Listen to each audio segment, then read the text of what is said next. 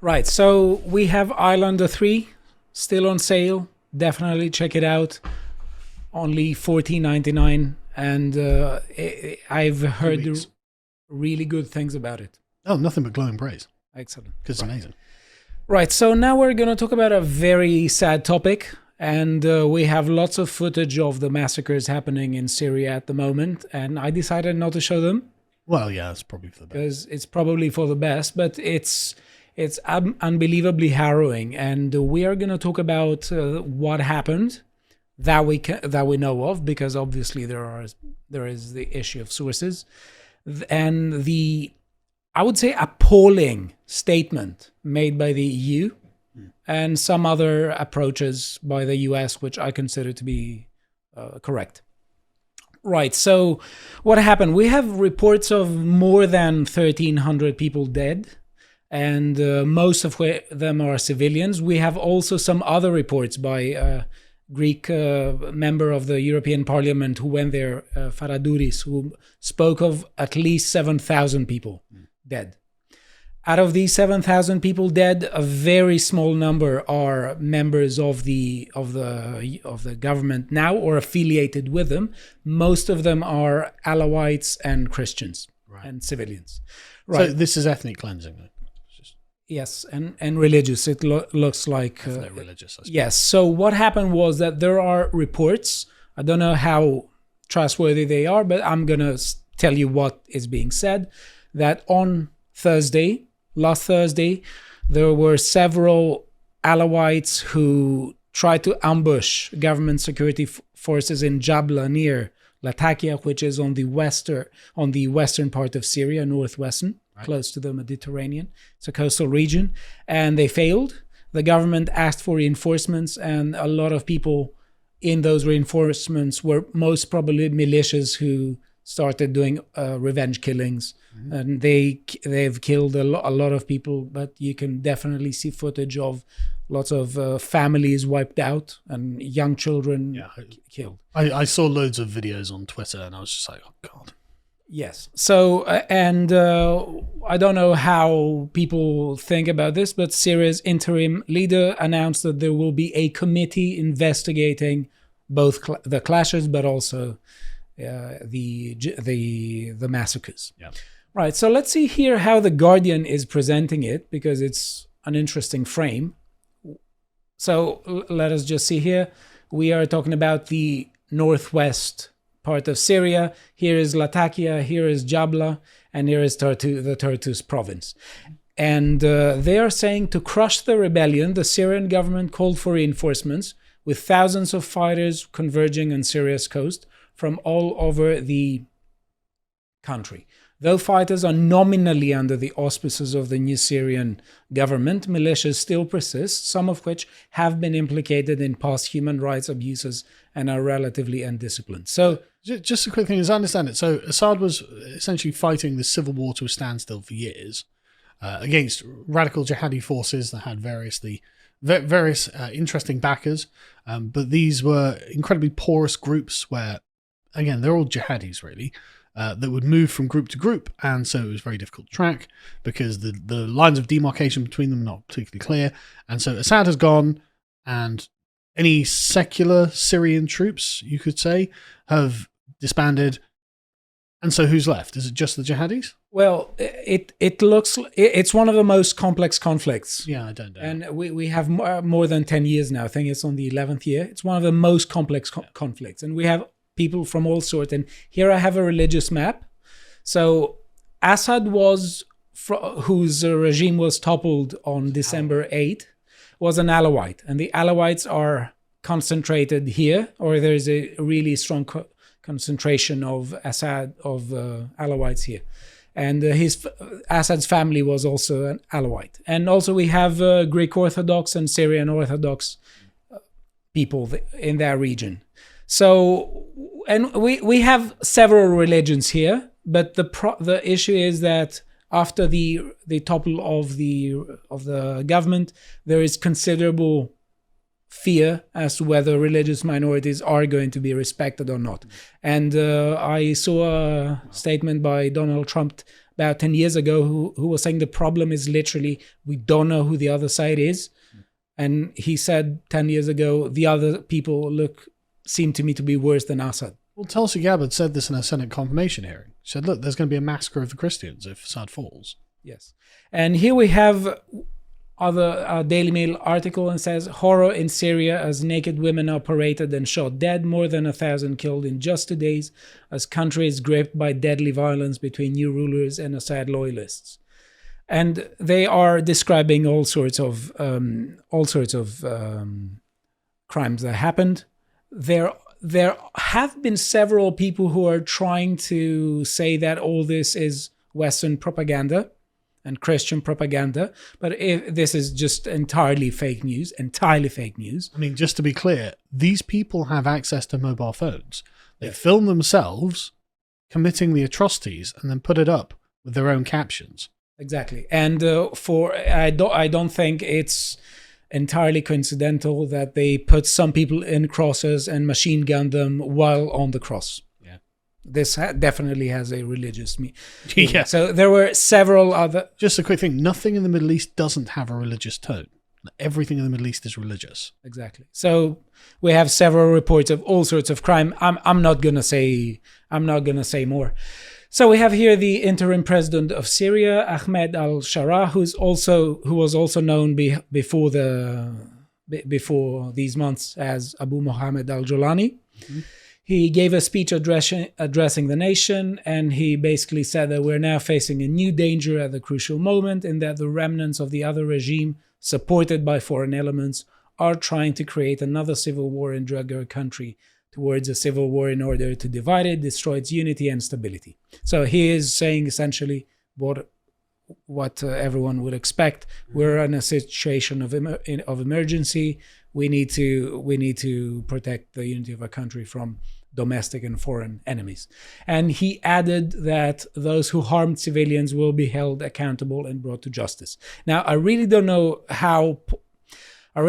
if there's actually a will to do this, but even if there were a will, I don't know if there's the ability to do it, because if the government required reinforcements and lots of militias came in order to answer to the government's call for reinforcements, then most probably means that the reliance upon those militias is much higher than we would speak about in a traditional setting when you have standing armies and not militias. So I really don't think that we should take that as at face value.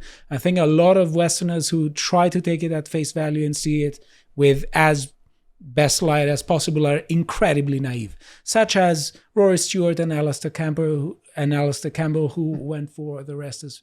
Well, they interviewed him, didn't they? Yes. And I was West's latest golden boy. Yes, I was interested to see whether Rory Stewart was going to make a statement, and literally he reposted a thread of someone who mostly focused on economic issues. Right.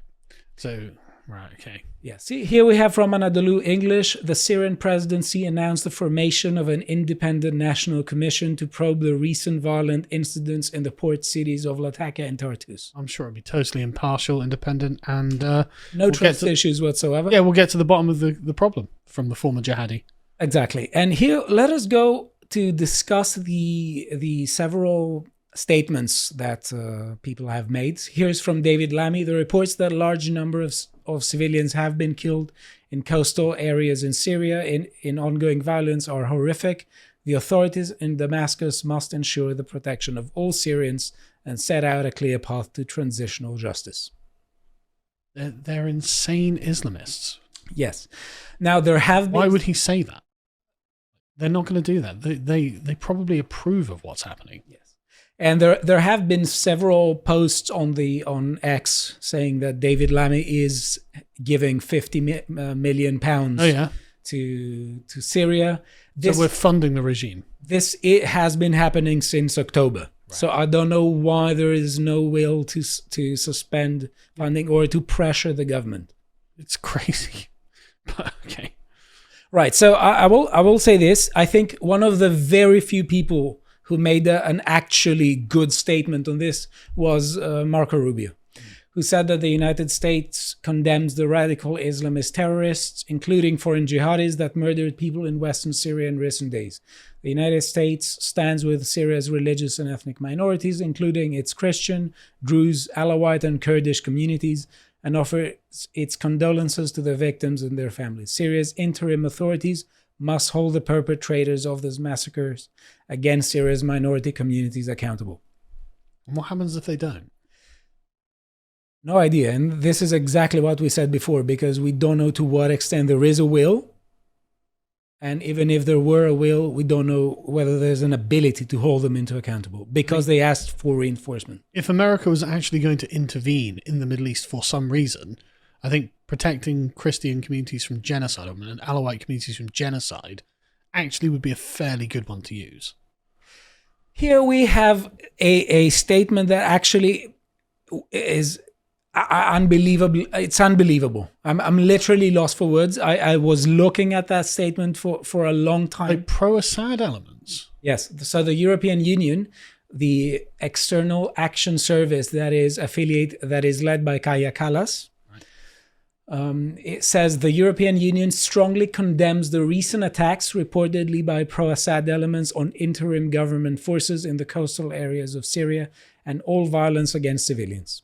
The focus is who's on doing the violence against civilians? It's not the pro-Assad elements, is it? Yes, but also they make zero explicit mention of the massacre of Christians, Alawites, and other. Yeah, just random abstract violence against civilians. Yes, and there are several questions as to why that may be happening. And I think in the segment we did about 3 months ago, when the regime was toppled, we said that essentially it looks like Syria is going to be led to a proxy war between Israel and Turkey. Turkey is very much against the Kurds and also wants to appear within the Muslim world as being the top player. Yep.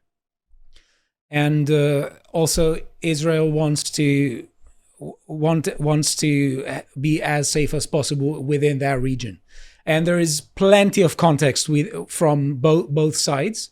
But we'll talk about also why right now Europe is sort of trying to approach them to a greater extent, try to portray them to as best a light as possible, and try to not inflame tensions. So I think to a very large extent, this has to do with, there's an immediate context and a larger context. And the immediate context has to do with Zelensky and the result of the meeting at the White House, which literally created panic in Europe. There's a lot of discussion about NATO possibly being dismantled or something, or the US leaving NATO, and the Europeans want to have an anti-Russia front, and they are approaching Turkey, and Turkey wants to portray itself as being necessary for European defense against anyone, as the army of Europe in the new days. Yeah, so trust Turkey with that. Exactly. So Zelensky went to Erdogan and he asked for security, extra security, and now there are several claims about Turkey needing to be included into the Russia-Ukraine war talks, and an elevation of the image of Turkey and also the importance of Turkey as a mediating factor, but also as someone who is one of the main actors within Europe from the EU. Yeah. So that was a gap of power that was created. It's a perceived gap of power, and whenever there's a gap of power, some people try to fill it. And Turkey is trying to do this. And we have here Turkish President Erdogan, who says we want our European membership process to move forward quickly. Jesus Christ. And we have also Donald Tusk, who is going to go to Turkey and talk about it. Now, personal opinion, I really don't think that anything's going to happen fast. Maybe it could take time, but it shows a lot of how the pieces are moving in the new chessboard. And we have a Turkey that is simultaneously more active in the Middle East, but also wants to present itself as more active within Europe. So there's a question. There are some people who are a bit more reluctant to comment, and they say never interrupt your enemy when they make a mistake, and maybe Turkey's biting more than it can chew. But there's also the other question of why would you want Europe to base European defense upon people who have historically And you are enemies? been Invading enemies of Europe? but also being playing both sides on every conflict, basically. Well, I mean, the idea that you'd want Turkey in the European Union is bonkers.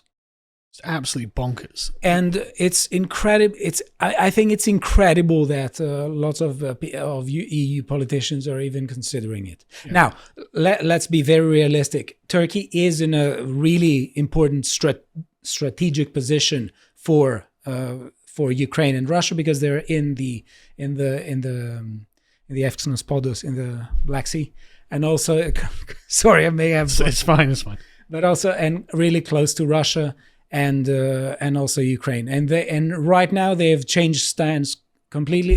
They try to play both sides of the topic of the conflict, but now after the meeting with Zelensky, Turkey is very much pro-Ukraine and wants the Ukrainian border to move into the 2014, where it was in 2014. So what they're thinking is we'll be able to take some territory off Russia. Exactly. So I think if we bear this in mind, we will see that the immediate context has to do with a perceived lack of power within Europe, and the perceived necessity to appeal to Turkey and be a bit more friendly towards her on behalf of some European politicians. Yeah. But also, if we look at how Syria is the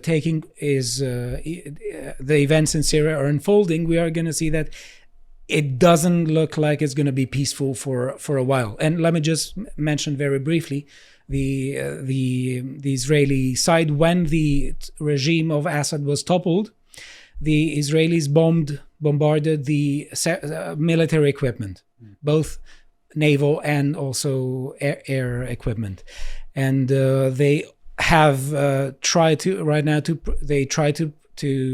move close to the Kurds, and they try to present the Kurds as their natural allies within the region, and they have extended the rhetoric they had against the Assad regime, that it was supporting the Hezbollah, now to the current government. They're saying that they are trying to revive and support Hezbollah. Right. So we have seen atrocious scenes. And hopefully you understand some bits more about the immediate context, but also about the larger context.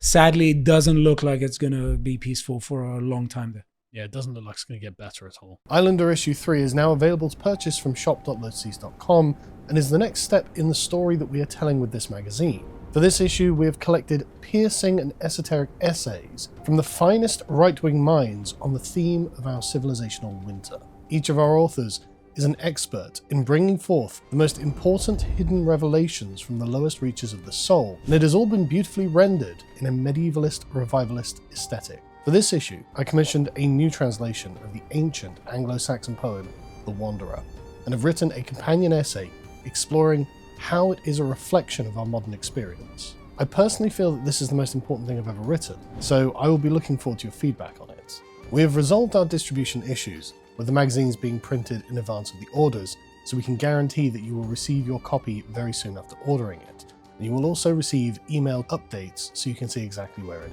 is. Hopefully, issue 3 can provide you with the space and context to engage in deep reflection about the nature of our circumstances, to discover hidden truths about yourself and find the resolve to make it through our spiritual exile.